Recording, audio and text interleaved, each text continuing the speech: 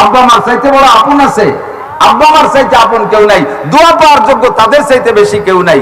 এরপরে সন্তান, এরপরে স্ত্রী, এই আপন আত্মীয় স্বজনদের ভিতরে। অথচ আমাদের সমাজে শয়তানে এমন একটা লজ্জা তৈরি করে দিয়েছে, ছেলেতে আব্বারে সালাম দিতে লজ্জা পায়, আব্বা ছেলেরে সালাম দিতে লজ্জা পায়, মেয়েতে মারে সালাম দিতে লজ্জা পায়, ছেলেতে মারে সালাম দিতে লজ্জা পায়, স্বামী স্ত্রীকে সালাম দিতে লজ্জা পায়। এমন সুন্দর একটা দোয়া রাস্তার মেয়েটাকে যাকে জীবনে চিনিলে বস্তা ভরে দোয়া তাকে দিয়ে আসলাম, আর বাড়ি এসে কীর্পন করা করে বস্তার মুখ বন্ধ দিয়ে দিলাম। আমার চাইতে বড় আনাড়ি হতে পারে না। এই জন্য আফসোস সালাম হুজুর বলেন 1 নম্বর। আব্দুল্লাহ ইবনে সালাম বলেন হুজুর আমাদেরকে শিক্ষা দিচ্ছেন 1 নম্বর আফসোস সালাম, বেশি বেশি সালাম করো। সালামের সাথে আরেকটা মাসালা এসে গেছে, মুসাফাহা। এদিক তাকান, মুসাফাহা আরবিতে বলে বাবে মুফাআলা, যার ভিতরে মুশারাকাত, তার মানে দুইজনের কাফে কাফে, দুইজনের এই হাতের কাফে কাফে সব শরীক হওয়া, একে বলে মুসাফা। মুসাফা সুন্নাত, 2 হাত দিয়ে করা আদব। 1 হাত দিয়ে করলে হবে, 2 হাত দিয়ে করলে পরিপূর্ণ হবে।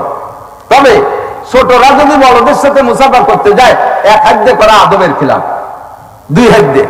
বড়রা যদি ছোটদের সাথে করে তাদের প্রশিক্ষণের জন্য 2 হাত দিয়ে করাই উত্তম। আর না হলে কমপক্ষে 1 হাত যদি কি থাকে, কোন সমস্যা থাকে, তাহলে 1 হাত দিয়ে ডান হাত দিয়ে তিনি মুসাফা করবে। মুসাফা এবার কটুক করোনার পরে তো মুসাফার রং পাল্টে, করোনার সময় দেখছি এক কায়দায় কি বলে বক্সিনি মুসাফা দেখছেন নাকি, হাতের বক্সিং দিয়ে মুসাফা। আর এরপরে একটু ভালো হয়েছে যে আঙ্গুলের মাথায় মাথায় ছোঁয়া দেয়। করোনা এদিক বেশি, ভিতরের দিক বেশি আছে, আগায় একটু কম আছে। সম্পূর্ণ সুন্নতের খিলাফ। আপনার বৃদ্ধাঙ্গুল অপরজনের বৃদ্ধাঙ্গুলির সাথে মিশে যাবে, এই গলায় গলায় মিশে যাবে, এখানে মুসাফা। সাথে একটু খেয়াল করি, হালকা একটা জাকি দেওয়া সুন্নাত, হালকা একটা জাকি দেওয়া সুন্নাত। তো জাকি ব্যক্তি যেমন তার হালকা হতো তেমন। হযরত ওমর রাদিয়াল্লাহু তাআলা আনহু রাস্তা দিয়ে আসতেছে, হযরত আবু হুরায়রা যে বলতেছেন, ভাই ওমর আজকে একটা নতুন কথা শুনছি, শুনলেন? বলো, হুজুর থেকে শুনে আসছি। ক্বালা রাসূলুল্লাহ সাল্লাল্লাহু আলাইহি ওয়াসাল্লাম। তো বলো কি? তো হুজুর আলাইহিস সালাম বলেছেন, মান ক্বালা লা ইলাহা ইল্লাল্লাহ ফাদাখালাল জান্নাহ। যে ব্যক্তি লা ইলাহা ইল্লাল্লাহ কইলো ঈমান আর ইয়াকিনের সাথে, ওই লোকটা জান্নাতি। বলবেন না সুবহানাল্লাহ?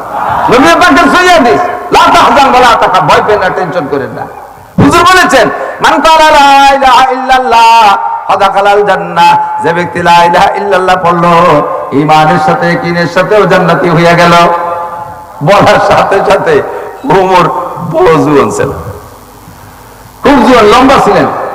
তেমনি আরবিতে একটা প্রবাদ আছে, কুল্লু তবিলিন আহমাদ ইল্লাল ওমর, কুল্লু কসিরিন আজাজ ইল্লাল আলী। সব বাড়িয়ে মানুষ জুয়ান মানুষের চাইতে তুলনামূলক শক্তিতে কম হয়, বাড়িরা জুয়ানদের সাথে মারামারি পারে না। খাটো মানুষের হাত ছোট ছোট, লম্বা মানুষের হাত লম্বা, ও খানিক দূরে থাকতে ঘুষিতে ফেলাই দেবে, ওর বডিও সাথে দূরাইতে পারে না। এই জন্য বাইরেরা বড়দের সাথে আর সব লম্বা মানুষ আহমক হয়, যারা একটু লম্বা হয় তারা একটু বোকা হয়, শুধু ওমর বাদে। ওমর বোকা না, ওমর সব সাহাবার মধ্যে লম্বা ছিলেন। তো হযরত ওমর রাদিয়াল্লাহু তাআলা মিজাজি তো ছিলেন কঠিন মিজাজি। জাতিক যেই ওমরের নাম শুনলে কাফিরুশ শয়তান ইয়াজমিতু জুরাতান, ফাঁকে ফাঁকে এসে গেলে আগেই বলে নিছি এরও পাতারি কিছু কথা বলবো যেটা এসে যায় সামনে। বাকি আমার ছেলে যদি অসুস্থ হয় আর সে যদি কান্নাকাটি করে, আমি তার যে ফু দেব, এই ফু আমি আসমান থেকে নিয়ে আসবো, এই ফু কলমের ভিতর থেকে বের হবে। আমি কোরআন শরীফের যে আয়াতগুলো পড়বো, চক্ষু বন্ধ করে আল্লাহর সাথে সম্পর্ক রেখে এই আয়াতগুলো পড়ে ফু দেবো, ইনশাআল্লাহ গুলির মতো কাজ হবে এই ফুগুলো। আপনার বাচ্চা কান্নাকাটি করে ঘুমাই না, আপনি কোলে করে নিয়ে ঘুরবেন, আর ঘোরার ভিতর দিয়ে একটা আয়াত পড়বেন, সূরা নাবার আয়াত, ওয়াজআলনা নাওমাকুম সুবাতা। আল্লাহ পাক বলেন ওয়াজআলনা নাওমাকুম সুবাতা, আমি তোমাদের জন্য ঘুমকে বানাইছি প্রশান্তি। এই আয়াত পড়ে ফু দিলে আপনার বাচ্চা অনায়াসে ঘুমায়। এই আয়াত পড়ে আমি বলে আপনার ছেলেরা ভুয়ালি, ওই ভূতে অত কাজ হবে না। আপনি নিজে মূর্খ মানুষ হন, আপনি এই আয়াতটা পড়ে ফু দেন, যত কার্যকারী হবে। এই জন্য বলে দেই, আপনার বাচ্চা বিছানে পেশাব করে, বিছানে যারা পেশাব করে, এখানে যারা বসা আছেন, আমার বিশ্বাস যে সকলেই জিন্দেগিতে 2-1 বার অ্যাক্সিডেন্ট হয়েছে, বড় হলেও আর ছোট থাকতে হোক। বিছানে পেশাব করার সিস্টেম কি? স্বপ্নে দেখতেছে যে বাইরে যে পেশাবখানায় পেশাব করতেছে, পেশাব টুক করা হলে যে খেতা ভিজে গেছে, পরে এই তো স্বপ্নে পেশাব। কিচ্ছু করবে না, একটা তদবির শিখে দেই। হযরত ওমর, আইন মিম র, ওমর শুধু এইটুক না, কারণ খালি ওমর তো আমাকে দেশে আছে, বহু ওমর আছে, আগে সোচনা মুইতে পানি হয় না, এই ওমর সে ওমর না। নাম আতর আলী, গায়ে ফাটার গন্ধ। আতর আলী শুনি সেদিন কি ঘিরা নিতে নেব, তার দাঁড়িয়ে দাঁড়ানো এরা ফাটা, বুমরা ফাটার গন্ধ, এরও আতর আলীর তো দাম নাই। তো ওমর মানে এই দেশি ওমর না, ওই ওমর বুঝানোর জন্য একটু বেশ কম লাগবে না? এই যে আইন মিম র লেখার পরে এরপরে র আর দদ, আঙ্গুল দিয়ে, কলম দিয়ে না, আঙ্গুল দিয়ে বুকে, আপনিও যদি স্বপ্নে খারাপ দেখেন আপনি লেখেন আরবিতে আইন মিম র, এরপরে র আর দদ, এই লেখে শুয়ে যাবেন, ঘুমে যাবেন, বাচ্চার বুকের পর আপনি তো কবিতা চুপ করবেন, ইনশাআল্লাহ ওই আইন মিম র নকশটা শয়তান এসে, খারাপ স্বপ্ন দেখে শয়তান এসে ওই দেখে এফিরু শয়তান ওয়া ইয়াজলুতু জুরাতান, সে বাই ছাড়তে লুঙ্গি খুলি দড়িতে তালে পলাতে তালে, ওই লোকের কাছেই আসে না। কেসা মিজাজি ওমর, সেই ওমরের সামনে আবু হুরায়রা কয়, হুজুর কইছে যে ব্যক্তি লা ইলাহা ইল্লাল্লাহ বলে বিশ্বাসের সাথে ও জান্নাতি। বলার সাথে সাথে হযরত ওমর দেশে একটা হাতের একটা বাউলি কয় নাকি আমাকে দিক, একটা হালকা আসর দেশে, একটা থাবার মতো, অতটা মানে জোরে সোরে উনি দেয় না, ওনার আন্দাজ মতো, উনার বড় হাত একটু মারিয়ে দিয়েছে, আবু হুরায়রা গুল্লি দিয়ে শীতে পড়ে এই কান্না শুরু হয়েছে। আমি কি হুজুরটা মানে না, আমি হুজুরের কথা বিশ্বাস করে না, আমি ওই মাত্র শুনে আইসে কইছি আপনি আমার এইভাবে মারলেন, তো আমি আল্লাহ হুজুরের কাছে যাব, এখনই যাব। হযরত আবু হুরায়রা গেছে, সাথে ওমরও গেছে, যাইয়া হযরত আবু হুরায়রা কাঁদতেছে। আবু হুরায়রা কান্দেন কে? হুজুর ওমর আমার মারছে। কি জন্য মারলো? কাজে আপনি একটু আগে যে হাদিসটা বলছেন ওই হাদিসটা আমি ওনার শুনাইছি, খাওয়ার সাথে সাথে আমার মারি দিয়েছে। তো হুজুর বলতেছে ওমর, আমি তো আমি তো কোনো কথা বানাই বলি না, আমার আল্লাহ বলতে বলে তাই বলি, আমার এই কথা আল্লাহই বলতে বলছেন, তুমি বলে দাও মান কানা আখিরু কালামিহি লা ইলাহা ইল্লাল্লাহ ফাদাখালাল জান্নাহ মান ক্বালা লা ইলাহা ইল্লাল্লাহ ঈমানান ওয়া ইয়াকিনান ওয়া ইযআনান বিল কলবি ওয়া ইকরার বিল লিসান দাখালাল জান্নাহ। জবানে উচ্চারণ করবে, অন্তরে বিশ্বাসের সাথে লা ইলাহা ইল্লাল্লাহ পড়লে ও ব্যক্তি ভেস্তে চলে যাবে। আল্লাহ কইতে কইছে, তার সেই কথা আমি বলছি, আর তাই কইল আবু হুরায়রা, তুমি তারে মারতে গেলি কেন? তোমার অভিযোগ কি? তোমার সমস্যা কি? হুজুর সাইয়াদটা কিলু, ওমরের কথাও অযৌক্তিক না।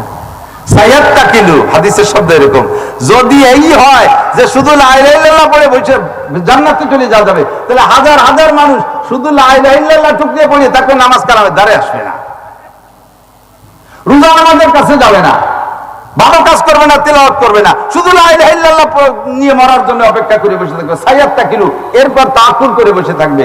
এই জন্য হুজুরাও কথা আমার পছন্দ হয়নি, তাই কাপড় এটা মারছি। আর আল্লাহ যদি কয়ে থাকে আর আপনি যদি বলেন, তাহলে আমি ফিরে তো কাপড় ফেরত নিলাম। কইতে চাইছি এই কথা যে আবু হুরায়রা ছোট মানুষ আর ওমর জোয়ান মানুষ, হালকা একটা হাতের বাউলি দিছে, তাই ওমর পড়ে গেছে। আপনি মুসাফা করবেন, যার সাথে হালকা একটা জাকি দেবেন, জাকিটা ব্যক্তি হিসেবে হবে। আমার মতো ছোট কুড়িয়া মানুষ, হুজুরির মতো এরকম জোয়ান তাজা মানুষ, আমার আটখান ধরে খোঁচটা যাই গেছে, গোড়াইতে ফিরে গেছে। পরিমাণ মতো জাকি, চিপটা দেবেন, হালকা একটু চিপ দেবেন, খালি সোয়া দেবেন না, চিপের ভিতরে মহাব্বত আছে, এই মুসাফা করবেন। সন্তানে আব্বা মার সাথে মুসাফা করবে, ভাইয়ের সাথে মুসাফা করবে, সালাম সব জায়গা চলবে, স্বামী স্ত্রী মুসাফা হবে, সাথে সাথে আরেকটা সুন্নত হবে, মুআনাকা হবে। তবে ভাই বোন বড় হয়ে গেলে ভাই আর বোনে মুআনাকা হবে না। মুআনাকা মানে গলাগলি, অনুকূল মানে গলায় মিশানোর নাম মুআনাকা। আমাদের দেশে মুআনাকা হয় না, কি হয়তো আল্লাহ জানে। এত বড় বড় দুই বুড়িয়ালা গেছে মুআনাকা করতে, কোথায় পেটে মিশে গেছে, গলা খাবিছে দেড় দুই হাত দূরে। আরবি থেকে মোবাতানা, পেটা পেটি হয়েছে, মুআনাকা হয়নি, গলাগলি হয়নি। চেষ্টা করবেন গলাটা মিশানোর জন্য। একবার, কয়বার সুন্নতি মুআনাকা, কয়বার? আবার খেয়াল করেন, এটা খেয়াল করতেছেন না, আমি জানি এটা খেয়াল করতেছেন না। সুন্নতি মুআনাকা গলায় একবার, কয়বার? 3 বার করতে যে সময় নষ্ট করবেন না, একবার সুন্নাত। সিস্টেম কি? প্রত্যেকের ডাইন পাশ, প্রত্যেকের হুজুর আছেন, এই যে হুজুরেরও ডাইন হইছে, আমারও ডাইন হইছে। এমনি সাইড যদি জানা না থাকে, তাহলে আপনি একদিক যাচ্ছেন, সে লোকে ওই দিক যাচ্ছে, দুইজনের মুখে বাড়ি লাগবে, গলায় মিশবে না, সব জানা দরকার আছে। কথা বলেন। এরপরে মুসাফাটা, এদিক তাকান। আমি মুসাফা খুব করি, ছোট বড় সকলের সাথে। অনেক ছোট ছোট পোলাপান আছে যারা আমার বয়ান শোনে, খুব মহব্বতের সাথে শোনে, তাদের জীবনের একটা স্বাদ। আজকে আমাদের এলাকায় হুজুর আসবে, আব্বু আমি কিন্তু একটু মুসাফা করবো। মানুষের বড়দের ভিড়ের ভিতরে যে ছোট পোলাপান গুলো উকি ঝুঁকি মারতেছে, বড়দের ধাক্কা আসতে সাহস পায় না। আমি এগুলো খুব খেয়াল করি। বড়দের মুসাফার পরে ছোটদেরকে ডাকে, আসো আসো তোমাদের সাথে মুসাফা করি। কি জানি কোন হাতের ওসিলা আমি মাপ পেয়ে যাই। মুজাহিদে আজম আল্লামা শামসুল হক ফরিদপুরি রাহমাতুল্লাহ আলাইহি নোয়াখালী গেছেন এক ওয়াজে।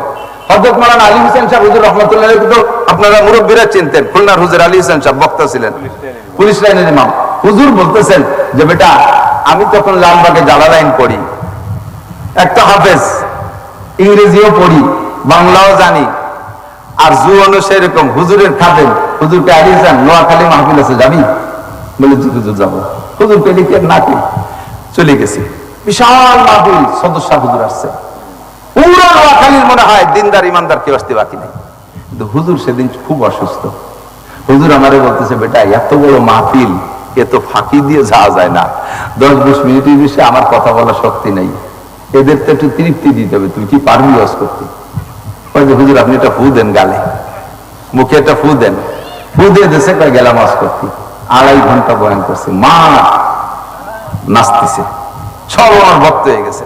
এখন মনে হয় যেন সদস্যের অসংবেই না, খালি আমার অজিশন। এর মধ্যে হুজুর আসছেন। হুজুর এসে মাত্র 10-20 মিনিট ওয়াজ করলেন। ওয়াজের পরে হুজুর নেমে যাচ্ছেন, পুরো মাঠ ভাঙিয়ে চলে এসে হুজুরের সাথে মুসাফা করতে। তখন উনি বলতেছেন, আমি জোয়ান মানুষ, মারার চেষ্টা ডেকে নিয়েছো, এত বড় মুসাফা করলে এই বুড়ো টেকবে? আমি সেই গর্জে উঠছি। আমি আর কত বেগে গর্জে উঠছি, বুড়ো তার সে জোরে গর্জে উঠছে আমার উপরে। মুসাফা তুই মরবি না আমি মরবো? তোমার জাহান্নামে পাঠানোর চেষ্টা করতেছি, আমার জান্নাতে যাইতে দিবি না? হুজুরি দমকের পর আমি দুর্বল হয়ে গেছি। সবার সাথে মুসাফা করলেন, পরে আমারে বললেন, বেটা তোরা যে মুসাফা করতে দিবি না, আমি শামসুল হক আমার আমল দিয়ে আমি জান্নাতে যাব, আমার লেখালেখি দিয়ে আমি জান্নাতে যাব, আমার নামাজ দিয়ে হজ দিয়ে আমি জান্নাতে যাব, এর কোনো গ্যারান্টি নাই। রহমতে হক বাহানা আমি জুয়ার, আল্লাহর রহমতে বাহানা খোঁজে। এই মাঠের ভিতরে এত মানুষের ভিতরে নিশ্চয়ই 2-4 ওলি আল্লাহ আছে, সবার সাথে যদি মুসাফা করি, কোন কলির সাথে যদি আমার হাতে ছোঁয়া লেগে যায়, হাসরের মাঠে আমি আল্লাহকে বলতে পারবো, আল্লাহ তোমার এই জান্নাতি ওলির সাথে আমার হাতে ছোঁয়া লাগছে, এই ওসিলা আমারে মাফ করে দাও। আমি সেই ওসিলায় জান্নাতে যাইতে পারতাম, আর তুই মুসাফা করতে দিবি না আমারে। আমাকে বক্তার আওয়াজের পরে হাত নিচে দিয়ে হাতে, পকেটের মধ্যে ঢুকে দিয়ে হাতে, চতুর্ভুজে ব্যাগ দিয়ে ভিতরে উনি গোসাই দাঁড়াইতে, আস্তে আস্তে আটাকের সাথে মুসাফা করবেন। আরে ভাই, তুমি ওয়াজ করে জান্নাতে যাওয়ার কি গ্যারান্টি আছে? তুমি আরে ভাই জান্নাতে যাওয়ার কি গ্যারান্টি আছে? আমি ওয়াজ করতেছি, ওয়াজের বিনিময়ে পয়সা খাচ্ছি, এতে যে কি হবে না হবে তা নিয়ে 24 ঘন্টা সন্দিহান, এরপরে মোটা কন্ট্রাক্ট আমরা করিয়ে যাচ্ছি। এর বিনিময়ে তোমার পকেটে কি টিকতেছে তা তো তুমি ভাবো নাই। একটু গোলাপান, একটু মূর্খ অশিক্ষিত, এর ভিতরে বহুত মানুষ আছে, সাধারণ পাবলিক। একজন আলেমের সাথে মুহাব্বতের, যার বয়ান শুনে ভালো লাগে, তার সাথে মুসাফা করতে পারলে কয়েক মাস পর্যন্ত গর্ববোধ করে, মানুষের কাছে গল্প করে, আমি হুজুরের সাথে মুসাফা করেছি, আমি মুসাফা করেছি। সে যে কি খুশি হয়, ওই সময় তারা যদি ভাই তুমি তো মুসাফা করেছো, তোমার তো বেনামাজি মনে হচ্ছে, তুমি কি একটু নামাজ পড়তে পারবা? বলে হুজুর ওয়াদা করলাম জীবনে আর কোনদিন নামাজ ছাড়বো না। সাথে মুখটা হাতটা মালিশ করে দিছি, তোমার এই মুখটা আমার হাতটা দিয়ে দিলাম, তুমি আর নবীর গলায় আর খুর দিও না, তুমি দাড়িতে আর খুর লাগাই না। জি হুজুর, জীবনের তরে প্রতিজ্ঞা করলাম আর কোনোদিন আমি খুর দেবো না। কোন দিন কার কথায় হৃদায়ত পেয়ে যায়, কথা বলা যায়, বলা যায় কথা বলে। আমি গেছি বেনাপোল মাহফিল করতে, বেশ 7-8 বছর আগে হবে সম্ভবত, আওয়ামী লীগের শাসন আমল। এই যে স্কুল যাত্রুক আর এখানে মাহফিল, ওই যে তার কাটা স্কুলের ওখানে তার কাটা, ভারতের তার কাটা, ওই ব্যস্ত বিএসএফ দাঁড়ায় রয়েছে, আর এখানে হবে মাহফিল। এখন ওই থানার ওসি আমাদের গোপালগঞ্জ বাড়ি, সেকেন্ড অফিসার আমাদের নড়ালির কালিয়া বাড়ি, হাবিব ভাই, আল্লাহর বান্দা এখনো বেশি আছে। হাবিব ভাই ওটা ওসি সাহেব পাঠাইছে, যাইয়ে ওই হুজুরকে ঠেহায় আসো। হুজুররা তো মাইক ফালি উস থাকে না, আসমান ভেঙে জমিনি নামায় লাঠির মধ্যে মুগুর ভরিয়ে দেয়, কাজে কাজে কোন বিপদে পড়ে যায়, বিএসএফ দাঁড়ায় গেছে, গুলি এড়ে দিলে ঠেয়াতে পারবো না, যাই মাহফিল বন্ধ করে দিয়ে সব। হাবিব আইসে 3 জন পুলিশ নিয়ে, তা আসার পরে ও আমার আগে চেনে না, ওই দিন আইসে আমি বয়ান শুরু করে দিছি, আর হাবিব চিন্তাই আইসে বন্ধ করে দেবে, মাহফিল বন্ধ করে দেবে। তাই ভাষায় খানিক, কালিয়া গোপালগঞ্জ তো কাছাকাছি, ভাষায় অনেক মিল আছে, শুনতে শুনতে ওনার ভালো লেগে গেছে, ভালো লাগতে লাগতে দাঁড়াই রয়েছে, আর মাহফিল বন্ধ করার কথা কইতেও মনে নাই। 2.5 ঘন্টা ওয়াজ করছি, এর মধ্যে ওসি সাহেব 100 বার কল দিয়েছে, তার রিসিভ করতে ভুলে গেছে। পরে বয়ানের শেষে মোনাজাতের পরে রিসিভ করে দেয় যে উনি 100 বারের উপরে কল দিয়েছে। তখন পরে প্যালপিটেশন শুরু হয়ে গেছে। তার ভিতর দিয়ে আবার সাহস, যায় চাকরি চলে যাবে, যাওয়াবে তাও হয়ে গেছে। স্টেজেতে নামার পরে আল্লাহর বান্দা আমারে গলা জড়ায় ধরে মুখ ওই পাশে নিয়ে এমন জোরে চিবিয়ে ধরছে আর কানতেছে, নাক দিয়ে ময়লা, চোখের পানি, এভাবে ভুবাই ভুবাই কান থেকে আমার পিঠ ভিজে ফেলেছে। শুধু একটা কথা, হুজুর আজকে তওবা করছি, এই জায়গায় এখনই তওবা করছি, জীবনে কোনদিন যত অন্যায় আছে সবই করেছি, জীবনে কোনোদিন করব না। আর পুলিশ ডিপার্টমেন্টে আমার মতো বাইরেও পুলিশ, নিজেরা নিজে বলতেছে, আমার মতো বাইরেও পুলিশ, আমার মতো বদমাইশ পুলিশ আমার মনে হয় পুলিশ ডিপার্টমেন্টে নাই। আমি হুজুর আসছিলাম আপনাকে বন্ধ করতে, আইসা আমি বন্ধ হয়ে গেছি। আমি কি ওয়াজ করছি তা আমি জানি না, আমারও মনে নাই, এত বড় ওয়াজের সময় হয়ে গেছি। তওবা ওয়াজ করছিলাম, একটু মনে আছে। লোকটা দাঁড়াইয়া জায়গায় দাঁড়াইয়া তওবা করে ফেলেছে। পকেটে ছিল বেনসন, একটা ছিল 1 প্যাকেট, ছিল আধা প্যাকেট, আর একটা ফুল প্যাকেট মোসরাইয়ে ভাঙিয়ে জুতো ফেলে দিয়ে কয়, বেনসন তোরে জান্নাতে যে খাবো, দুনিয়ার খাবো না। আল্লাহরে পাবো যে বেসতে গেলি বলে যা চাবো তাই পাবো, সেদিন সিগারেট চাইয়ে খাবো, দরকার হয়। ওই দিন সিগারেটেতে তওবা করছি। 4 বছরে 2টা বিল্ডিং বানাইছি, 4 বছরে সেকেন্ড অফিসার 2টা বিল্ডিং বানাইছি। এখন বলেন হুজুর আমার বিল্ডিং এর কি হবে? অত আমারটা আইডিও বানাই, আমারটা কিছু আছে তো, বেশিরভাগই তো 12 জনের টাকা, কত মানুষের টাকা নিছি তা তো আমার মনে নাই, আমি এই টাকা কিভাবে ফেরত দেবো, এইটার কি উপায় হবে? আমি বললাম যে সে টাকা যদি দেওয়ার ব্যক্তি নির্দিষ্ট না থাকে, উপায় আল্লাহ পাক রেখে দিয়েছেন। আমি যদি আপনার বলি যে কোনো উপায় নাই, যার তার বাড়ি দিয়ে আসতে হবে, তাই তো আপনার আবার জায়গায় চলে আসবে। যে উপায় যদি নাই থাকে তাহলে কম খাবো, খাতি তাহলে তাই। তো উপায় কি? বললাম যে এই বিল্ডিং দুটি একটা মহিলা মাদ্রাসা করে দেন, আর নিয়ত করেন যে ওর থেকে কোনো নেকির আশা আমি করি না, যাদের টাকা দিয়ে করছি আল্লাহ নেকি তাদেরকে দিয়ে দিও, ফিরে দিয়ে তোর উপায় নাই। চিটাগাংয়ের মানুষের টাকা, সিলেটের মানুষের টাকা, এ দেশের টাকা, ও দেশের টাকা, কয়জনের টাকা মনে রাখছে? তো উপায় কি? একটা উপায় তো তারা দিয়ে দিতে হবে। এই পদ্ধতি সে যাইয়েই সাথে সাথে 2 অক্ষ করে দিয়েছে। এরপরের থেকে তার তওবার সিস্টেম শুনলে আপনি আশ্চর্য হয়ে যাবেন। আমি আগেই বলে নিয়েছি আজকে বেতরতিব কথা হবে, বাবুল হাজরে আলী বাহা, যা আসে তাই বলবো। তবে চলে যাবানি লাইন আছে, আমার মনে আছে, তুই এদিক চলে যাবানি, খেয়াল দেখেন তার তওবার সিস্টেম। যুবক গাঁজা খাও, ইয়াবা খাও, ফেন্সিডিল খাও, হিরোইন খাও, জেনা করো, ব্যভিচার করো, সবকিছু মনে রাখো। মা ইয়ালফিযু মিন কওলিন ইল্লা লাদাইহি রাকীবুন আতীদ কিরামান কাতিবিন ইয়ালামুনা মা তাফআলুন। তুমি যত বড় জঙ্গলের ওজাকার সম্মানিত ফেরেশতা গোয়েন্দা তোমার কাছে বসা আছে না নাই? যেখানে যা করো না কেন সবকিছু ফেরেশতারা লেখে এবং দেখে। চলে আসো, তওবা করো। কুল ইয়া ইবাদিয়াল্লাযীনা আসরাফু আলা আনফুসিহিম লা তাকনাতু মির রাহমাতিল্লাহ ইন্নাল্লাহা ইয়াগফিরুদ যুনুবা জামিআ। ভয় পাইস না যুবক, ভয় পাইস না, তবে ভয় না পাইয়া কুলাঙ্গারও হয়ে যাইস না।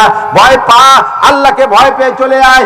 আজকে যেই বাসটা, আজকে সকাল 9টায় যেই বাসটা আরিচার ঘাটে ডুবে গেছে, আরিচার ঘাটে ডুবে গেছে, ভাগ্যক্রমে পুলিশটা, আনসাররা, ফায়ার সার্ভিসের লোক যাত্রীগুলোকে নামাই ফেলাইছে।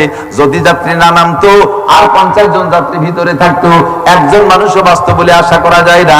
ঈদের সময় যেমন এক গাড়ি ডুবে মরছে, আজও তেমনই মরছে। এর ভিতরে বুড়ো মানুষের সংখ্যা কম, ওর ভিতরে যুবক মানুষই বেশি।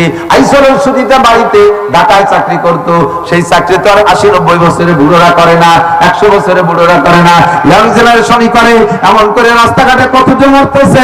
তোমার মরণ যেদিন আসবে তোমার মনে করে আসবে না, ডাক আসবে, তুমি তওবা করো। আমার ভাই হাবিব আমাকে বলছে, হুজুর আমার তওবাটা আল্লাহ কবুল করছে কিনা। বারবার ফোন করলে হুজুর আমার তওবা কি আল্লাহ কবুল করছে কিনা। আমি এখন নতুন পদ্ধতি আবিষ্কার করেছি। রাতের বেলা যখন ঘরে আসি, তখন আমি একটা মোমবাতি জ্বালাইয়া যেসব অঙ্গ দিয়ে আমি গুনাহ করার অভ্যাস ছিল, যেসব অঙ্গ দিয়ে, সব অঙ্গের তো নাম বলা যাবে না, যেসব অঙ্গ দিয়ে বিভিন্ন প্রকার গুনাহ করার অভ্যাস ছিল, সেই সব অঙ্গকে এই মোমবাতির আগুন দিয়ে আমি সেকা লাগাই। আঙ্গুল হাত নিয়ে আমি সেই জায়গা নিয়ে যাই আগুনের কাছে। নিতে যখন কাছে যাই, যতক্ষণ পর্যন্ত সহ্য হয় আগাইতে থাকি। যখন আর সহ্য হয় না, তখন আমি হাতকে বলি প্রথম, হাত দুনিয়ার আগুন যদি সইতে না পারো, জাহান্নামের আগুনের চেয়ে 1000 গুণ বেশি অবশ্যই সহ্য করতে পারবে না।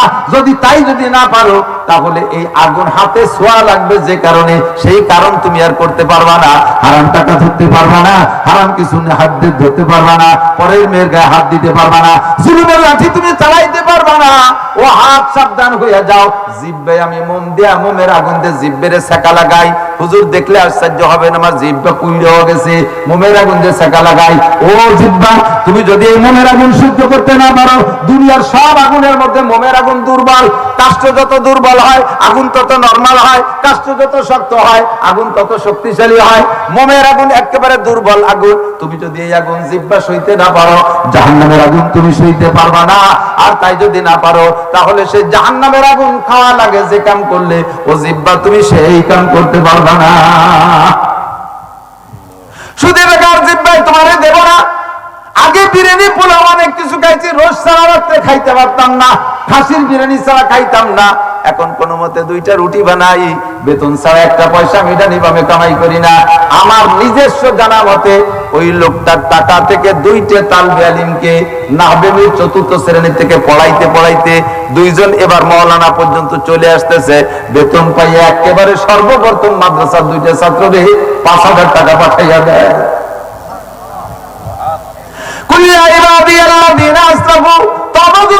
মুখে আস্তাগফিরুল্লাহর নাম খালি তওবা না, তওবা বললাম সুবহে বরকত দিল পুরা জৌকে গুনাহ, মাসিয়াত রাখান্দামি ইয়াজে ইস্তিগফারে মা, মাসিয়াত রাখান্দামি ইয়াজে ইস্তিগফারে মা। মুখে আস্তাগফিরুল্লাহ আস্তাগফিরুল্লাহ, আর হাতে তাসবিহ, আর পেটের মধ্যে গুঁড়ো কিরবি। গুঁড়ো কিরবি বুঝেন? পেটের ভিতরে যত শয়তানি, হাতে আস্তে তাসবিহ গুনতি তালে রয়েছে, মুখে আস্তাগফিরুল্লাহ আস্তাগফিরুল্লাহ আস্তাগফিরুল্লাহ বলতে বলতে ভেলা উঠে যাচ্ছে। আবার সেই মুখে আস্তাগফিরুল্লাহ পরে আবার সেই একবার সুদে টাকা গুনে, গুছে টাকা গুনে, সুরা টাকা গুনে, টোল মারা, মন মারা, রাস্তা মারা, খাল মারা, বিজিএফ কার্ড মারা, পঙ্গু ভাতা, বয়স্ক ভাতা বেশি খা টাকা, সেই টাকায় দেখুন আবার আস্তাগফিরুল্লাহ। বিড়িতে টান দেয়, টানে টানে আস্তাগফিরুল্লাহ আস্তাগফিরুল্লাহ, কোনদিন খাবো না, এ কই আবার আমারও টান দেয়। আরে বেটা, তওবা করলি হাবিব দাহদার মতো ভাঙ্গে মুসরায় জুতোর তলে দেয়। আজ 10 বছর সে খায় না, আল্লাহর রহমতে খায় না। এখনকার হুজুর বিড়ির গন্ধে নাকে আসলে বমি আসে, অথচ যে লোকটা ডেলি 3 প্যাকেট বেনসন খেলতো, খাইতে তার পয়সা লাগে না, হাদিয়ের টাকা খাইতে। আল্লাহ এইভাবে সব জায়গা স্যাক দিয়ে দিয়ে সে তওবা করছে। এমন তওবা আল্লাহ পাক রব্বুল আলামিন যদি কে কবুল করে ফেলে, তাহলে তার বাম পান। কথা বলেন ঠিক না? আল্লাহু আকবার। চলে যাচ্ছে সেই জায়গা মতো। কি বলছে? সুন্নাত। সরে গেছি মেলা সুন্নাত। সুন্নাতের পর আমল করতে পারলে, সুন্নাতের পর আমল করতে পারলে 100 শহীদের সব। ঠিক আছে তো ইনশাআল্লাহ? আমল করতে যাবে ইনশাআল্লাহ। রেডি আছেন তো?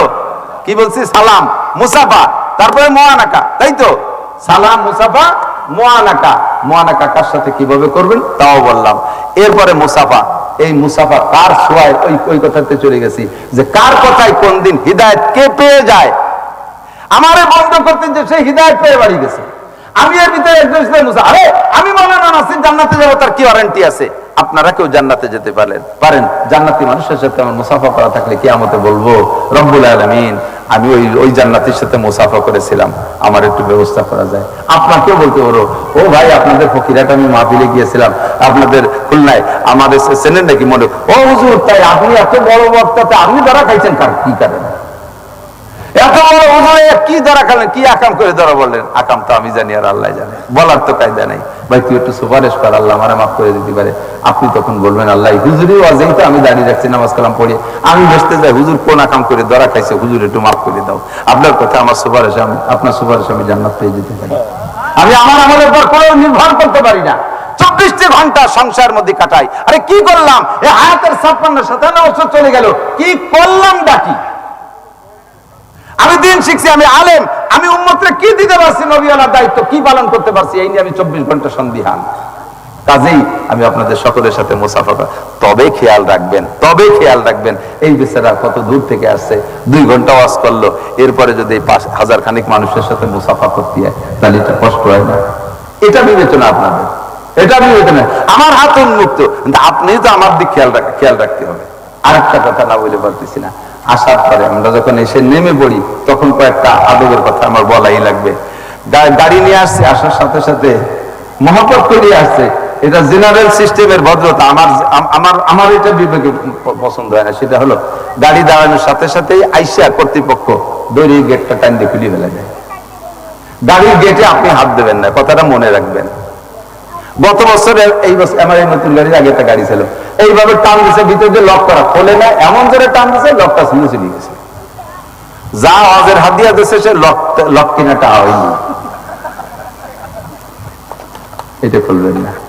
এটা হলো এক হলো ক্ষতি। 2 নম্বর আরেকটা কারণ সেটা বলি, সেটা হলো আমি এই জায়গাতে ওয়াজ করছি, ঘামি গেছি, আরেক জায়গাতে ওয়াজ করছি, ঘামি গেছি। আমার গাড়ি আমি একা খুলে জামাটা খুলে একটু বিশ্রাম নিচ্ছি, এ করতে করতে ঘুমিয়ে গেছি গাড়ির মধ্যে।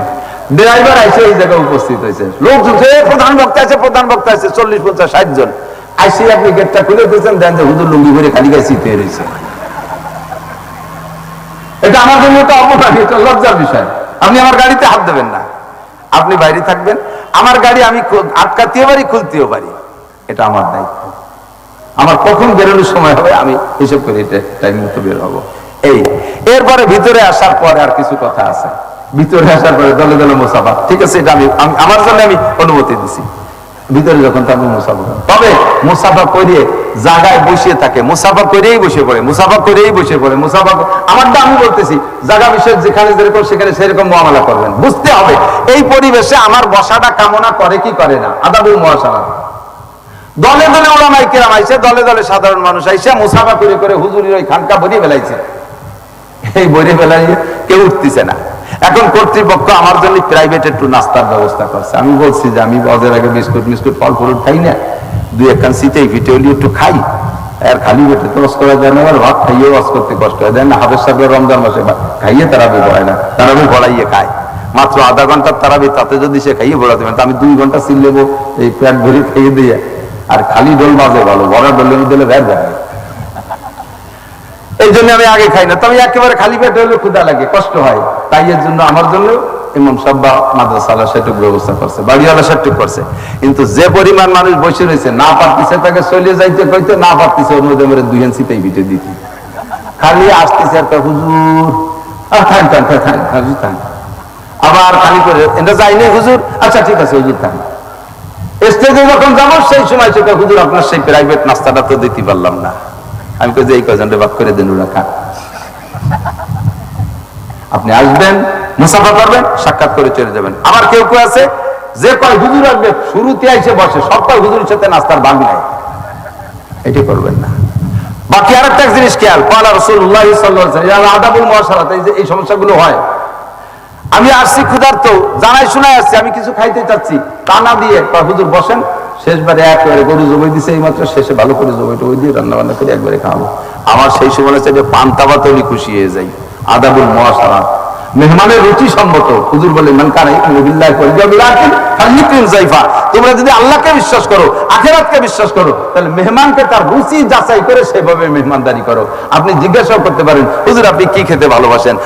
তো আমারটা আমি বলতেছি আর কি, আপনি যারা দাওয়াত দিয়েছেন তার কাছে আপনি বলবেন আপনি কি খাইতে ভালোবাসেন। আপনি অনেক অনেক তৈরি করলেন, খালি মিষ্টি আর মিষ্টি, ফিটি আর ফিটি, এক করে সবকিছু মিটিয়ে দিয়ে উনি এসে আমার ডায়াবেটিস 28। একদিকে আপনার পয়সা গেল, মহিলাদের পরিশ্রম গেল, আমার দিকতে খাইতে পারলো না। এটা মেহমানদারে আদবের খেলাফ। হযরত ইব্রাহিম আলাইহিস সালামের কিসসা, ইব্রাহিম আলাইহিস সালামের কথা তো এই মাসে একটু আসা দরকার।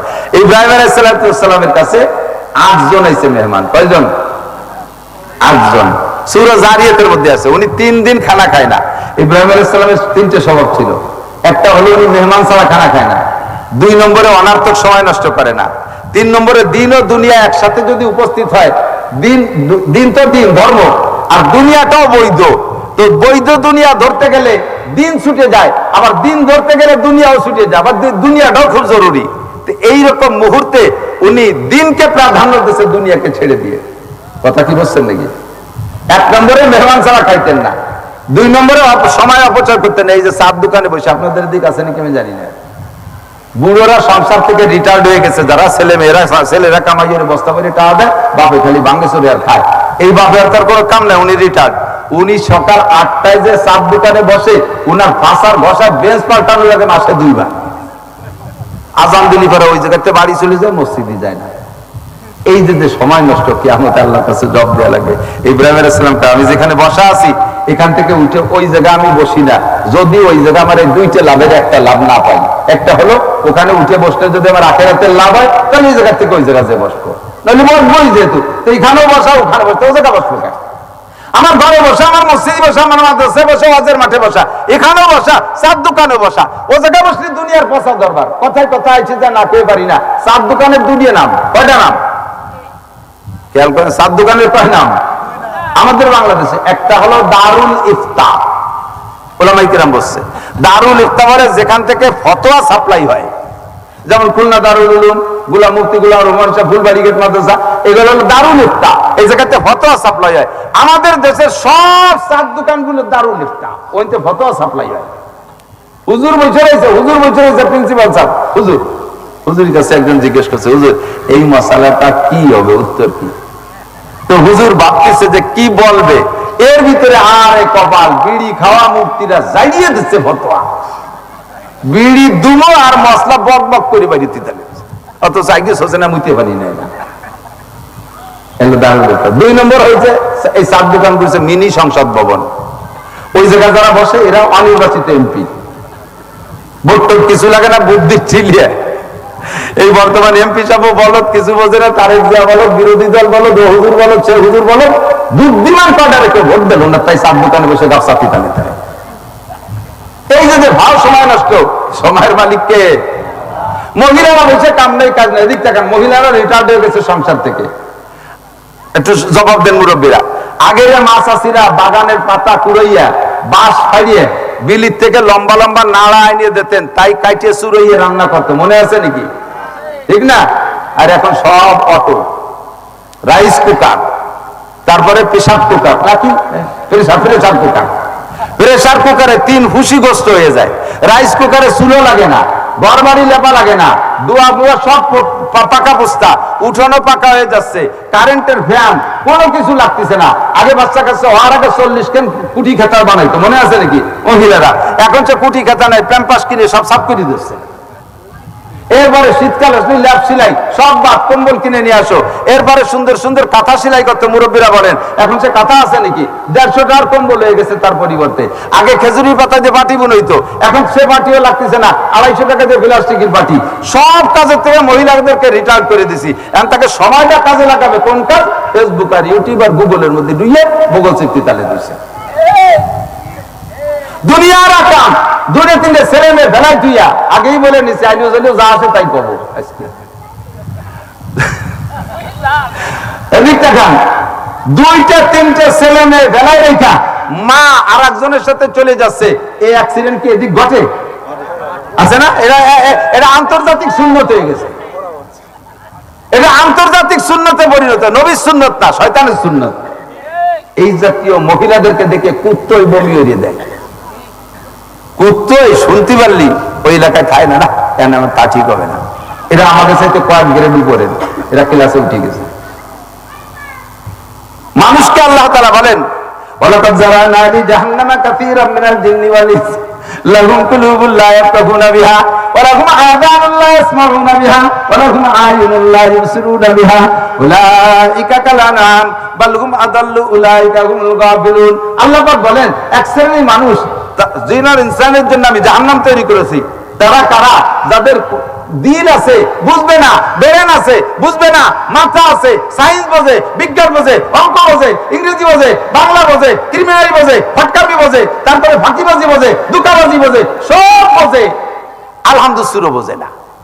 এই জায়গায় আমার সাথে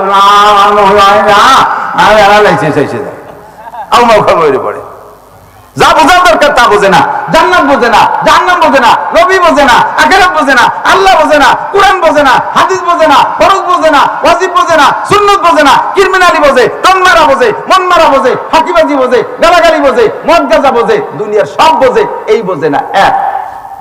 তাদের কান আছে, শোনে না, শোনে না মানে বয়রা তা না, সব শোনে, যা শোনার দরকার তা শোনে না।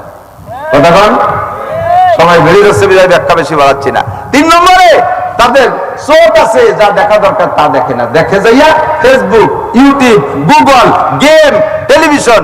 আর তো শুরু হয়ে গেছে আল্লাহু আকবার আপনাদের এদিক এই পতাকা আসছে কিনা আমি জানি না, আমাদের কাছে শুরু হয়ে গেছে। গোপালগঞ্জে তো গোপালের গোপাল, গোপালগঞ্জ গোপালিকা গোপাল, বহুত গোপালের আড্ডা। 3 ভাগের 1 ভাগ ভোটার পাইকারি হিন্দু। সেই হিন্দু 7 পার জলিল পার ওই জায়গা ফেসবুকের দেশে দেখছেন বিশাল করে হযরত মাওলানা মেসি রহমাতুল্লাহ আলাইহির মূর্তি বানাচ্ছে।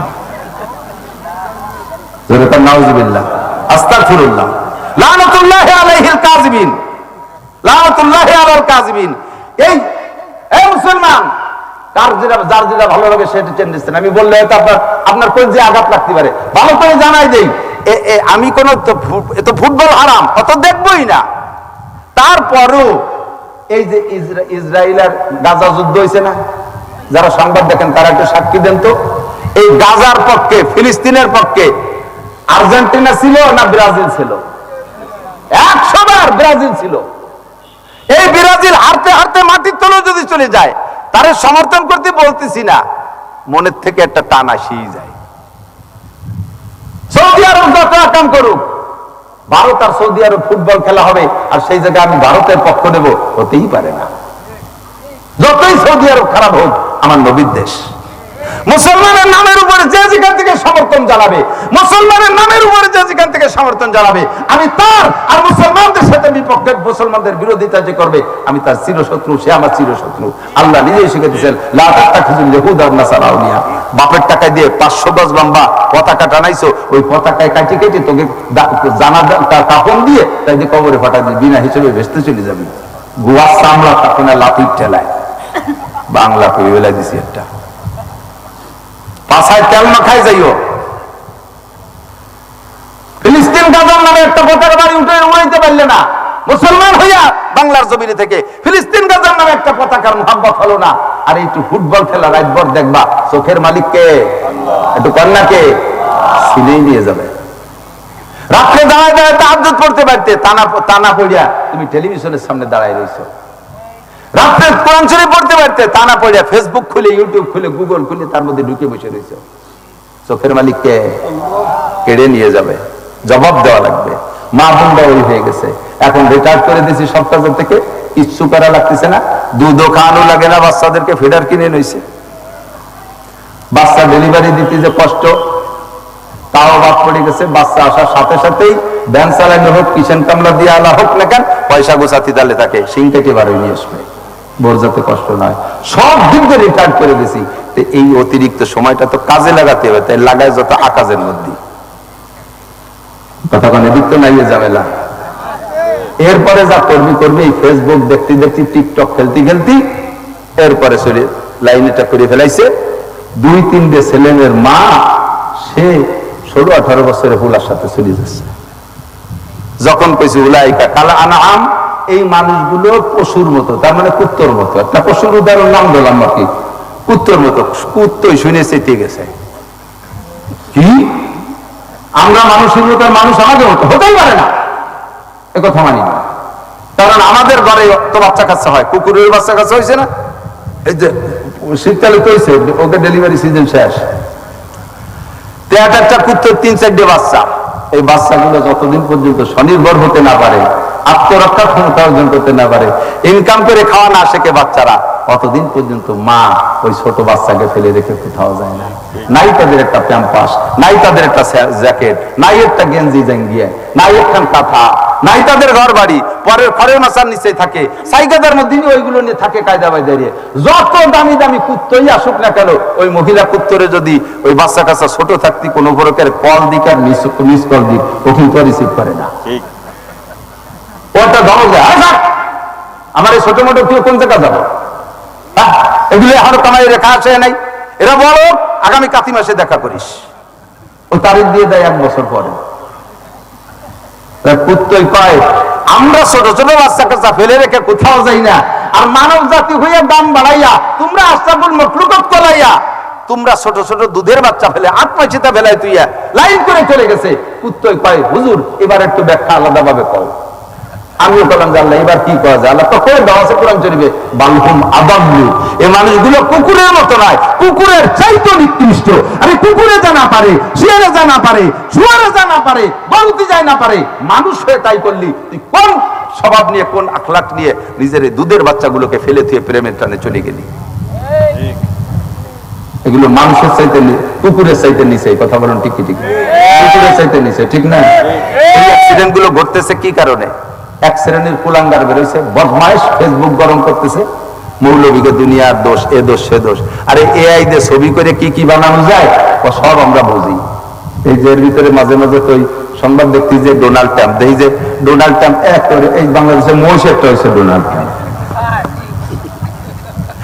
আসলে কি হুবহু অতখানি? অতখানিক না। মোস্টার গায়ের রং কটা কটা, মাথার চুলগুলো একটু বড়, এই যে মিলেই হয়েছে ডোনাল্ড ট্রাম্প। এরপরে তার এআই দিয়ে ছবি দিয়ে এমন বানাইছে মনে হচ্ছিল সত্যি ডোনাল্ড ট্রাম্প। ওলামায়ে কিরামের নামে আজে বাজে ফালতু ফালতু কথা যা উচ্চারণ করা যায় না, খুদার গজব পড়বে, খুদার গজব পড়বে। ভালো করে জেনে নিও। তোমাকে আমি বলতে পারলাম না, নাম জানি না তাই বললাম না, তবে আমি তোমার আলামত বলে দিলাম। ইমামে আবু হানিফা রহমাতুল্লাহ আলাইহি, ইমাম আবু ইউসুফ, ইমাম মুহাম্মদ, ইমাম জুফার, এরকম বড় বড় 16-18 জন 20 জন ইমাম। উস্তাদ হলো ইমামে আবু হানিফা, উনার ছাত্র। ছাত্র মানে কি? তারাও ইমাম। পাহাড়ের পাদদেশে ছায়া জায়গা গোল হয়ে বসে আসরের পরে মসলা মাসাইলের আলোচনা করতেছে। এইরকম একটা ফুটবল খেলা মাঠের পাশে, 22 জন প্লেয়ার মাঠে ফুটবল খেলতেছে। ওই জায়গা থেকে ফুটবলে একটা শট মারছে, ফুটবলটা আইসে এই হুজুরদের কোটের মধ্যে পড়ছে। আমরা বসে মাঝখানে করে বলটা পড়ে একবারে হুজুরের সাথে, একবারে হুজুরের সাথে এইভাবে ঠেলা ধাক্কা খাইয়া মাঝখানে যে দাঁড়াইছে। ওরা 22 জন আইসে বল নিতে, এক একজন করে কাছে আইসে, আমি পারবো না। ওই হুজুরকে দেখে এর মধ্যে যাইয়ে বল নেবে, চাইতেও সাহস পাচ্ছে না, ভিতরে ঢুকতেও সাহস পাচ্ছে না, চলে গেছে। 21 জন চলে গেছে। লাস্টে একজন বলতেছে, কাপুরুষ, ফুটবল খেলতে এসো, এইভাবে তার বাংলায় যা বলার দরকার। মহিলাকে মতো এরকম বোরখা মুড়িতে বসে থাকলি ওই বল কি মৌলবীরা তোমাকে আগেই দিবে না? দাঁড়া, বল আমি নিয়ে আসি। ওই হুজুরদের খোটের মধ্যে লাগবে যে বলটা নিয়ে এসে খেলা শুরু করে দিয়েছে। ইমাম আবু হানিফা বললেন, যেই ছেলেটা এই বল নিয়ে গেল, তোমরা একটু খবর নিয়ে দেখো, এই ছেলেটার জন্মের মধ্যে দোষ আছে। জন্মের মধ্যে দোষ আছে, হয় ডাইরেক্ট হারামজাদা নইলে ইনডাইরেক্ট হারামজাদা। ডাইরেক্ট হারামজাদা হলো ওর জন্ম দিয়েছে ওর মার স্বামী না, ওরে জন্ম দিয়েছে অন্য কোন জায়গা, ওর বাপ ওর মা প্রেম করে সেখান থেকে ওরে জন্ম দিয়েছে। এটা হলো ডাইরেক্ট হারামজাদা। হারামজাদা মানে জালিল বাচ্চা, বাংলা না করলে হয় না। আর ইনডাইরেক্ট হারামজাদা মানে তার বাপেরই সন্তান, কিন্তু তার মায়ের সাথে তার বাপের যে টাইমটা মিলন হারাম ছিল, মাসিক অবস্থায় মিলন হারাম, ওই মাসিক অবস্থায় মিলন হলে অনেক সময় গর্ভধারণ করে, ওই ডাইরেক্ট হারামজাদা।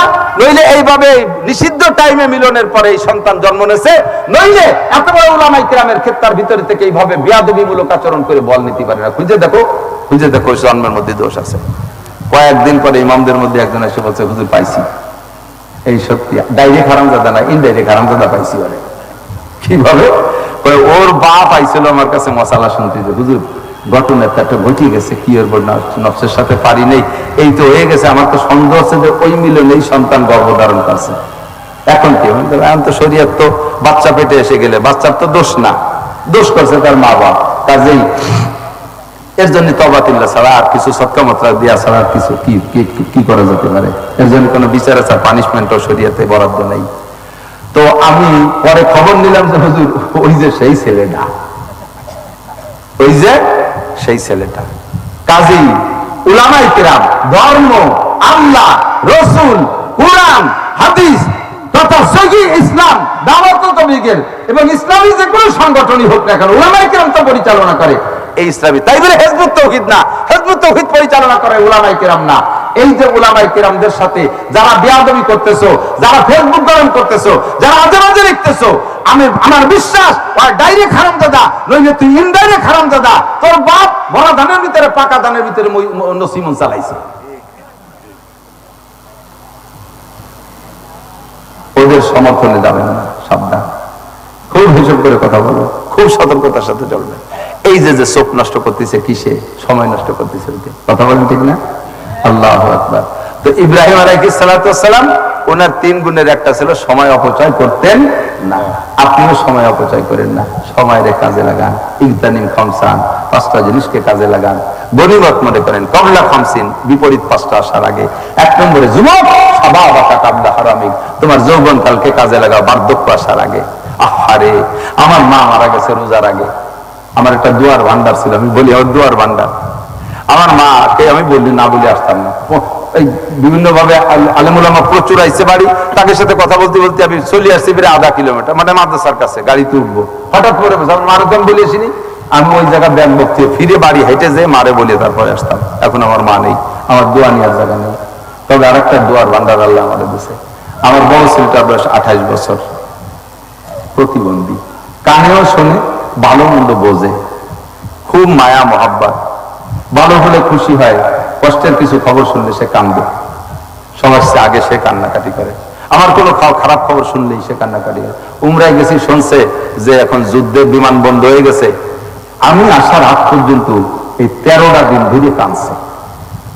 আসার পরে খুব খুশি, আমার আদ্যটাই নিয়ে বুকের সাথে জড়ায়, কথাও বলতে পারে না, পেশাব পায়খানা বিছানে করে। আমাকে পরীক্ষা নিচ্ছে আল্লাহ তাআলা। আমি ওরে বলি আসি, আব্বু আমি মাহফিলে যাচ্ছি। আমি মাহফিলে যাচ্ছি, দোয়া নিয়ে আমি বাড়ি থেকে বের হই। মুরব্বীদের দোয়া খুব জরুরি। আব্বা মার সাথে সুসম্পর্ক রাখবা। শাবাবাকা কাবলা হারামিক, যে কথা বলতে চাইছি, আমি যৌবনকালে প্রথম সময় খুব জোরে জোরে চিল্লাই চিল্লাই কথা বলতাম। আমার মা শুনতো কের কাছ থেকে যে ও খুব জোরে কথা বলে। মা আমারে বলতেছে, বাবা একটু আস্তে কথা বলো, একটু আস্তে কথা বলো। সুলতান হুজুর রহমাতুল্লাহ আলাইহি আমারে বলেন, বাবা একটু আস্তে কথা বলো। আমি বলতাম যে হুজুর যে কথাটা যেরকম ওই জোরে না করলে পারা আমার মনে হয় যেন হিট করতেছে না। হুজুর বললেন, এমনি একদিন সোজা হয়ে যাবা। আমার চাচাজান মৌলানা আব্দুল ওয়াহাব সাহেব রহমাতুল্লাহ আলাইহি ছিলেন চন্দ্রদিঘিল মাদ্রাসার প্রতিষ্ঠাতা মোহতামেম। তো চাচাজান খুব রসিক ছিলেন, ছোট ছোট চুটকি বলতেন। একজন এক বুড়ো চার দোকানে যাই এক যুবক বলতেছে, এই তোর বাবার নাম কি? তোর বাবার আমি তো একসাথেই তো স্কুলে পড়ছি, এই জায়গায় বুড়ো হয়েছে দুজনে একই সাথে, এতে এই জায়গায় বসে দুজনে কাশিয়ে পাল্লা দিতাম। চার দোকানে বসে তোর বাপের সাথে আমি কাশিয়ে পাল্লা দিতাম, কিনা বেশি কাশতে পারে। কাশ মতো শুরু হলে থামতো না। তোর বাপ কি মরে গেছে দেখিনি না, টাকা আছে বেশি, মরে গেলে তো শোক সংবাদ শুনতেন। কথা তো ঠিকই, কি অবস্থা, সে কাশের কি অবস্থা? কাশ সারিয়ে গেছে আব্বা, কাশ সারিয়ে গেছে। আমার কাশে না, কি খাইয়ে সারলো রে মানা? ও কোনো ওষুধে কাজ হয় না, কাশতে কাশতে বল পায় না, এমনি সারান গেছে। কাশতে কাশতে বল পায় না বলে সারান দেয়, বল থাকলে আরো কিছুদিন কাশতো। তো মাও যা কইতো যে তোমার যেদিন কাশতে কাশতে বল পাবা না সেদিন থাকিয়ে যাবা। সবার কথা কাবলা হারামিক, তুমি একদিন বল পাবা না, তুমি একদিন বল পাবা না, যদি বেঁচে থাকো সময় পাও। কথা বলি ঠিক কি ঠিক না? বহুত জন্য দেখছি যারা রাস্তা দিয়ে হাঁটতো, তাদের পায়ের ঝাঁকিতে রাস্তার মাটি থরথর করে কাঁপতো।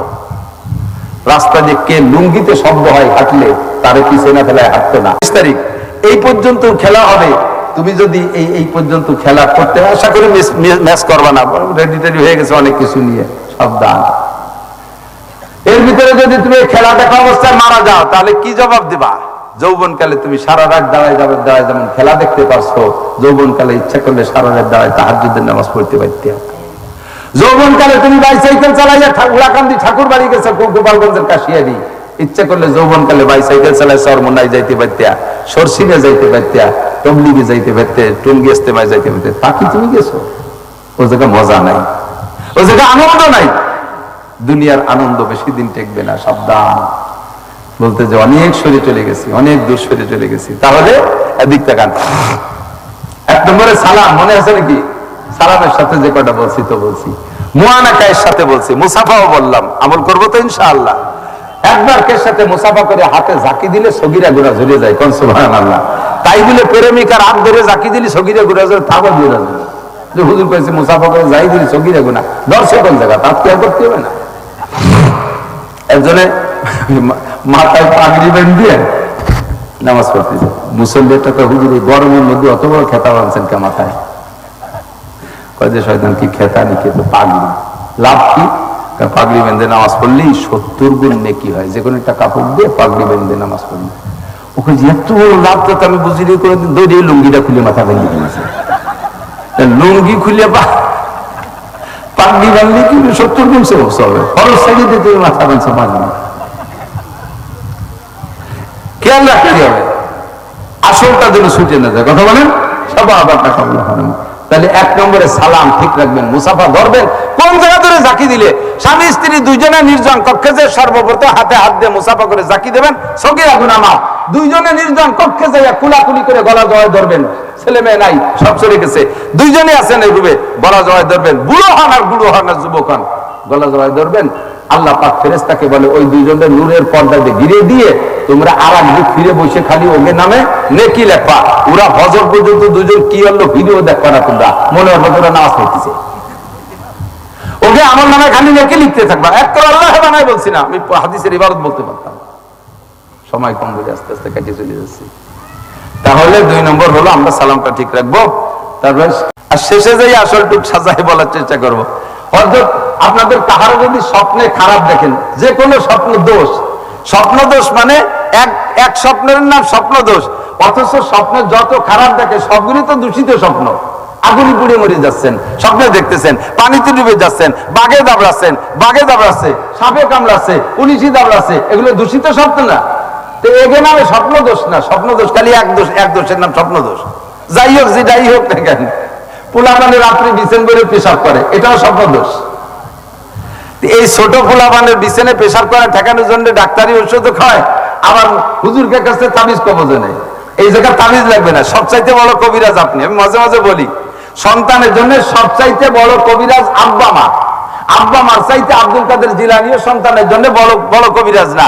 বা কাবা ঘরের ইমাম সাহেব মা বাপের চাইতে বড় কবিরাজ না। মা বাপ যদি মূর্খ হয় তবুও আব্বা মার চাইতে, এই মা বাপের চাইতে সন্তানের জন্য জগতের যত বড় আলেম হোক আর পীর হোক, সেগুলো তার সামনে কোনো পীরই না সন্তানের জন্য।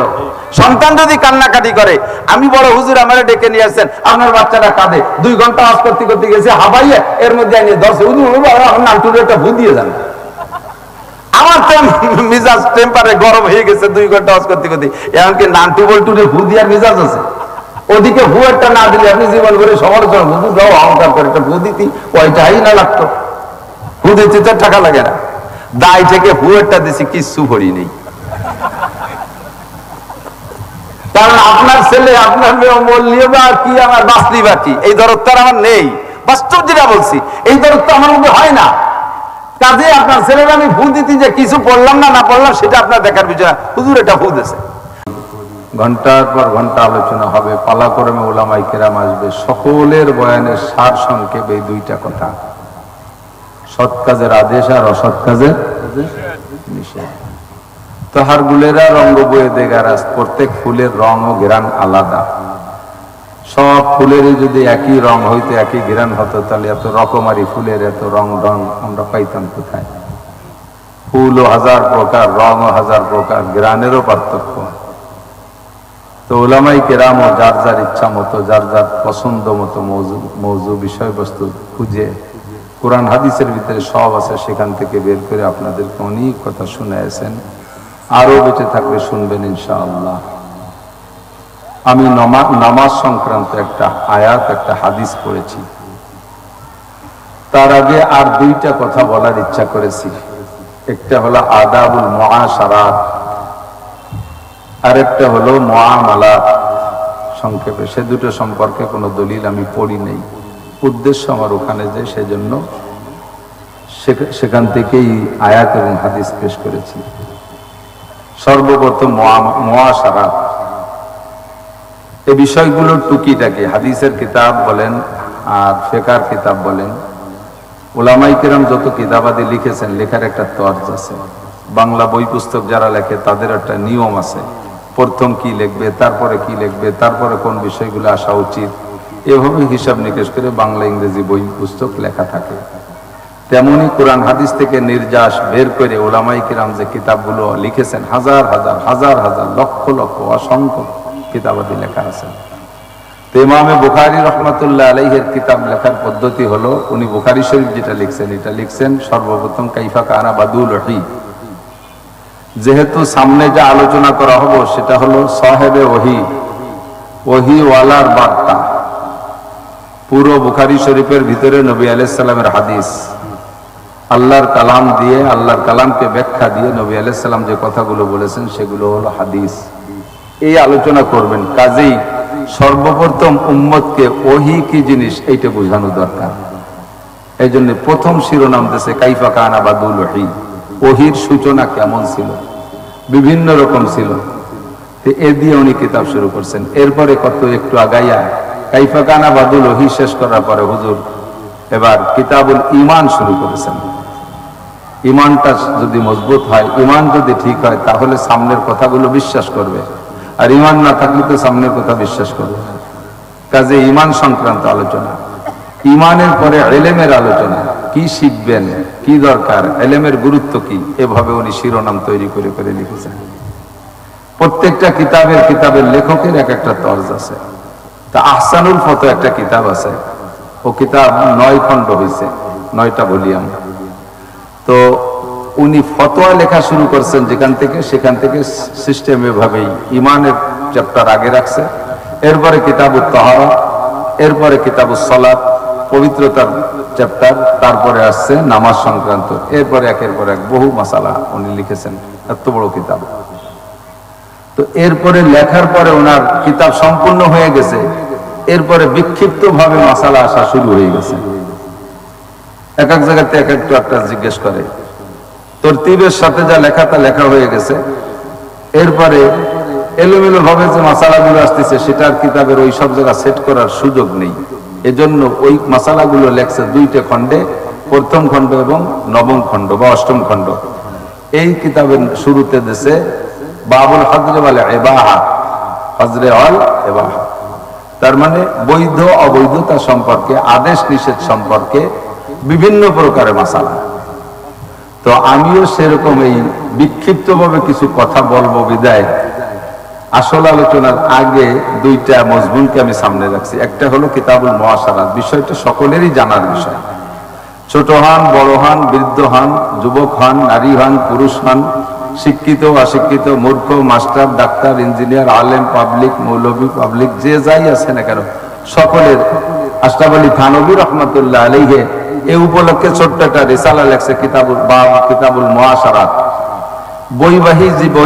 বৈবাহিক জীবনের চালচলন সম্পর্কে, মানুষের দৈনন্দিন জীবনের একে অপরের সাথে উঠা বসাটা কেমন হওয়া দরকার, একে বলে মুআশারাত, বৈবাহিক জীবনের আলোচনা। তো মুসলমানের সাথে সাক্ষাৎ সর্বপ্রথম আমরা আসার পরে বাহিরের থেকে কেউ আসে, নতুন কেউ আসে, আলেম ওলামা আসে, এমপি মহোদয় আসবে, প্রধান অতিথি আসবে, আপনাদের আত্মীয় স্বজন কেউ আসবে। সর্বোপরি মুসলমান একে অপরের সাথে সাক্ষাৎ সূচনাটা কেমন হবে। নবী আলাইহিস সালাতু ওয়াস সালাম যখন মক্কা থেকে মদিনায় গিয়েছেন, তো মক্কায় থাকা অবস্থায় নবুয়তি পেয়েছেন যে 13 বছর কাটাইছেন। এইটা মদিনার একজন ইহুদিদের সবচেয়ে বড় আলেম, নাম তার আব্দুল্লাহ ইবনে সালাম রাদিয়াল্লাহু তাআলা। উনি জানতেন, খবর পাইছেন যে মক্কায় মুহাম্মদ সাল্লাল্লাহু আলাইহি সাল্লামের আবির্ভাব ঘটছে, উনি আসছেন, আখেরি নবী দাবি করেছেন।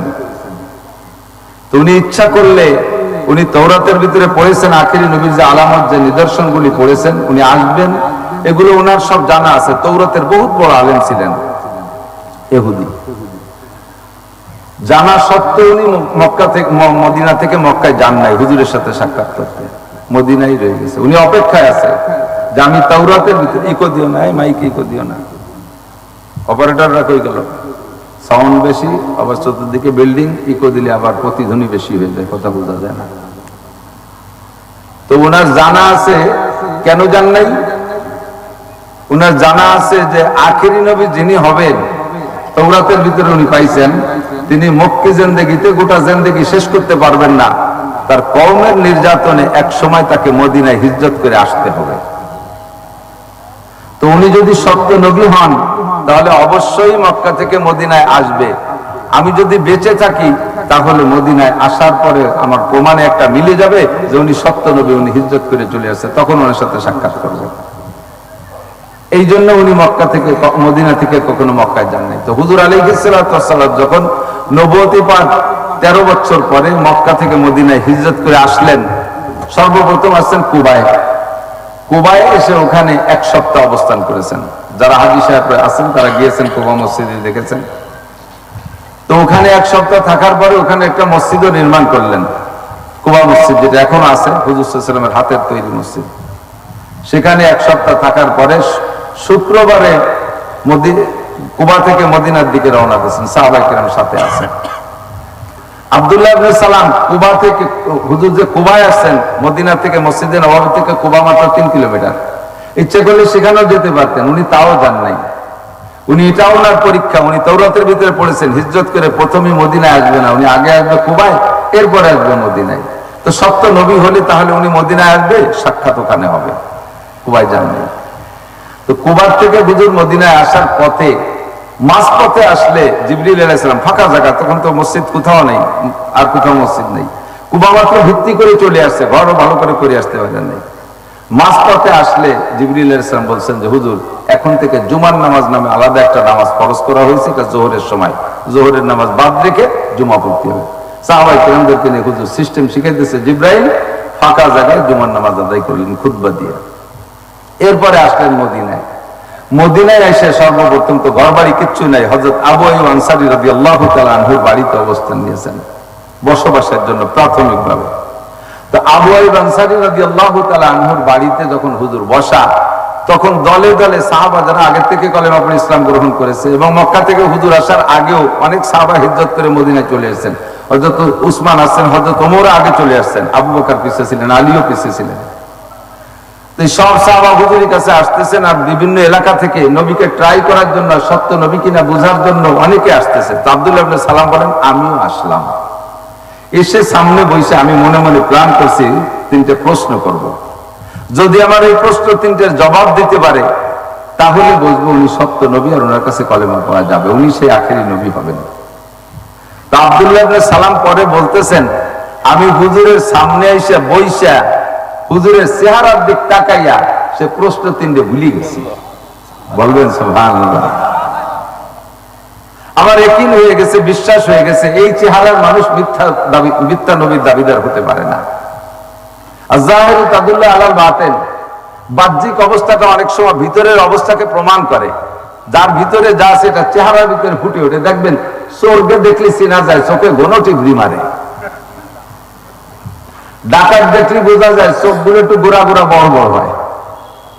গাঁজা বা ফেন্সিডিল হিরোইন খোরকে দেখলে চেনা যায়। আর হিরোইন খোর আর গাঁজা খোর, হিরোইন আর গাঁজার ব্যবসার ডিলার যারা, তাকেও চেনার একটা আলামত আছে। জানেন নাকি আপনি? জানি না। আমার আপনি যদি ধরা পড়ছে, এই ডিলাররা ঘন ঘন সালাম দেয়, নামাজ কালামের দাঁত জানে না, অথচ ঘন ঘন সালাম দিয়ে, সালাম দিলে তার কিছু কইতে পারবে না, ওই ফাঁকে সে সেটাই জানে। এলো ডিলারকে চেহারা। আর অরিজিনাল যারা গাঁজা বা ফেন্সিডিল খায়, তাদের চেহারা দেখলেই তো বোঝা যায়।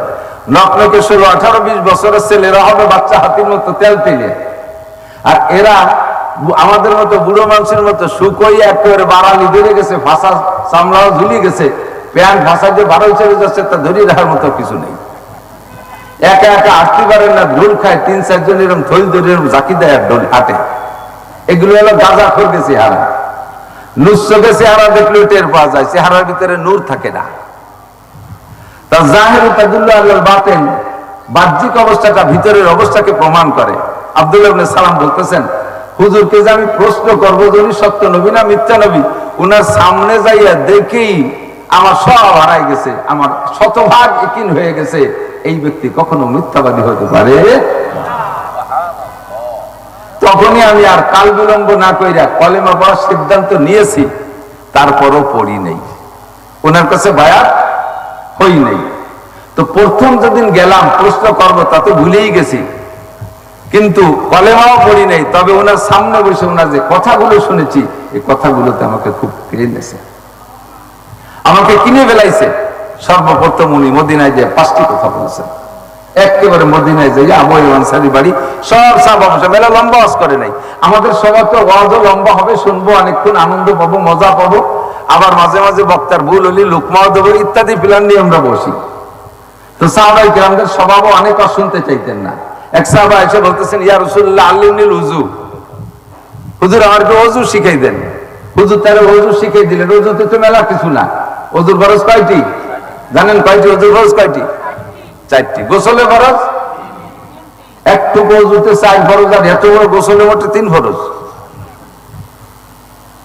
তো ওযুতে 4 ফরজ শিখিয়ে দিয়েছে, দেওয়ার পরে হুজুর চিন্তা করলেন যে মাত্র 4টি কথা, সমস্ত মুখমণ্ডল ধৌত করা, 2 হাতের কেনুসহ 3বার ধৌত করা, মাথা সম্পূর্ণ মাথা মাসে করা, পা চাকরি পর্যন্ত ধৌত করা, এই 4টি তো ফরজ। আর আনুষঙ্গিক আছে সুন্নাত আছে 10টা। তো হুজুর সুন্নাত সহ 4টি ফরজ শিখিয়ে দিয়েছেন। শিখানোর পরে হুজুর বলতেছেন মনে আছে তো, মনে থাকবে তো? জি হুজুর। তাহলে আরেকটু বলি। সাহাবী বলেন কাফানি ইয়া রাসূলুল্লাহ, যথেষ্ট হুজুর আজকে আমার জন্য। এই 4টিকে, এই ওযুটাকে আগে ঠিক করি, পরে বাকি যেটা বলতে চাচ্ছেন সেটা পরে এসে শিখবো। হুজুর তো গোসলটা শিখে দাও। হুজুর আগে ওযু ঠিক করি পরে গোসল শিখবো। এইটাকে সেট হয়ে যাক, তারপর আরেকটা নিয়ে সেট করবো, যেটা শুনবো সামিনা ওয়া আতানা, শুনবো আর আমলে পরিণত করব, শুনবো আর আমলে পরিণত করবো। এটা সাহাবায়ে কিরামদের স্বভাব। তো আব্দুল্লাহ ইবনে সালাম রাদিয়াল্লাহু তাআলা আনহু বলতেছেন যে হুজুর ওই দিনে এরকম সংক্ষেপ ওয়াজ করছেন, মাত্র 5টা কথা। এদিক খেয়াল করবেন, আপনারা শিক্ষিত জনতা, আর বসছিল হাই স্কুল মাটনিকেরা, অবশ্যই সেখানে মাস্টাররা থাকবেন, ছাত্ররা থাকবেন, আর এলাকার মানুষ, পড়ুয়া মানুষ, শিক্ষিত মানুষ। খেয়াল করতেছেন নাকি আমি জানি না। প্রশ্ন যদি ছোট হয়, প্রশ্ন যদি প্রশ্ন যদি ছোট হয়, দেখবেন অ্যান্সার বেশি হয়। প্রশ্ন যদি ছোট হয়, উত্তর বড় হয়। আর প্রশ্ন যদি বড় হয়, উত্তর ছোট হয়ে যায়, কারণ উত্তরের অনেক কথা প্রশ্নের মধ্যে চলে আসে। যেমন উদাহরণে বলা হয়, বলি প্রশ্ন একেবারে 1 লাইনের মধ্যে একটা প্রশ্ন করছে, এই বইতে যাহা কিছু আছে সব লিখে দাও। 1 লাইন হয়েছে। এই কিতাবে যাহা কিছু পড়েছো সব লিখে দাও। এই প্রশ্নটা করতে কি পুরো পৃষ্ঠা লাগে? 1 লাইনই নেই, কিন্তু লিখতে তো 6 মাস লাগবে, ঠিক না? এলো প্রশ্ন ছোট, উত্তর বড়। আর প্রশ্ন যদি বড় হয়, বই প্রশ্নপত্র উঠাই দিয়ে নিচে লিখে দিয়েছে ইহা সত্য না মিথ্যা, এটা খোঁচা দিলি হয়ে গেল, ঠিক বা ক্রস দিলি হয়ে গেল, ঠিক না? মিথ্যা হলে ক্রস, ঠিক হলে ঠিক। তো প্রশ্ন ছোট কিন্তু উত্তর বস্তা ভরা। আল্লাহু আকবার। কি প্রশ্ন? হুজুরের বয়ান ছিল কি? 5টি কথা। খেয়াল করবেন, এই 5টি কথা আমরা আজকে শুনবো। শুনেন নাই তা বলছি না, অবশ্যই শুনেছেন। প্রত্যেকের কথার গুরুত্ব একরকম হয় না। হয়তোবা আপনারা আমাকে ভালো মনে করে রেখে নিয়ে এসছেন, আমার কথা একটু গুরুত্ব দেবেন এই বিশ্বাস। কথা বলেন, এই কথাগুলো শুনেও থাকতে পারেন, অবশ্যই শুনছেন, যেহেতু জীবন ভরে কষ্ট